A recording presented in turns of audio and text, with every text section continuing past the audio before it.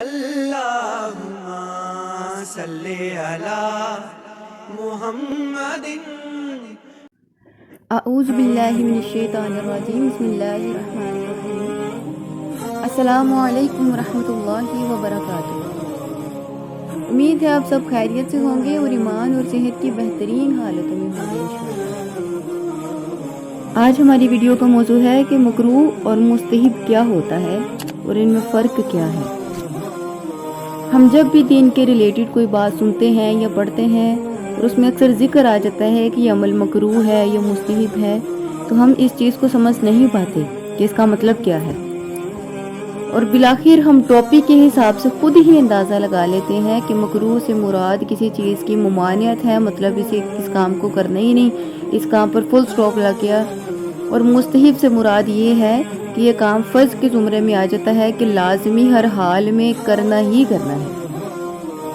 اگر دیکھا جائے تو یہ کسی حد تک مناسب ہی ہے، جذبہ یہی ہونا چاہیے، لیکن مکروہ سے مراد روزہ یا نماز یا وضو کا بالکل ہی ٹوٹ جانا نہیں ہوتا، بلکہ اس سے مراد ہے وہ عمل جسے آقا کریم سرور کائنات صلی اللہ علیہ وآلہ وسلم نے ناپسند فرمایا ہے.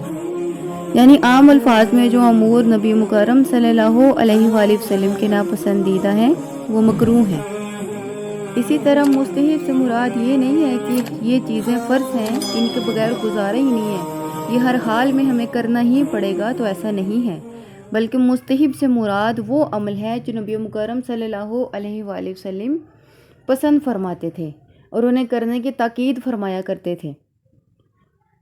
اگر طبیعت یا صحت اجازت دے تو کر لیں ورنہ نہ کریں، مطلب کہ زور نہیں دیا کہ لازمی کریں، اگر نہ کریں گے تو گناہ کے زمرے میں آ جاتا ہے. یہ ایسا ہوتا ہے کہ اگر ہم وہ کر لیں تو ثواب مل جاتا ہے، اگر نہ کریں تو گناہ نہیں ہوتا. یعنی مسواک کرنا، جمعہ کے دن غسل کرنا، عیدین کے لیے غسل کرنا مستحب کے زمرے میں آ جاتا ہے.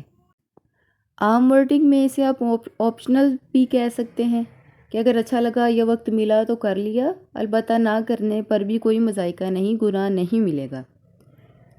اگر آپ بھی ہم سے کچھ پوچھنا چاہتے ہیں، کچھ سوال کرنا چاہتے ہیں دین کے متعلق، شریعت کے متعلق، تو کمنٹ باکس میں ہم سے رابطہ ضرور کریں.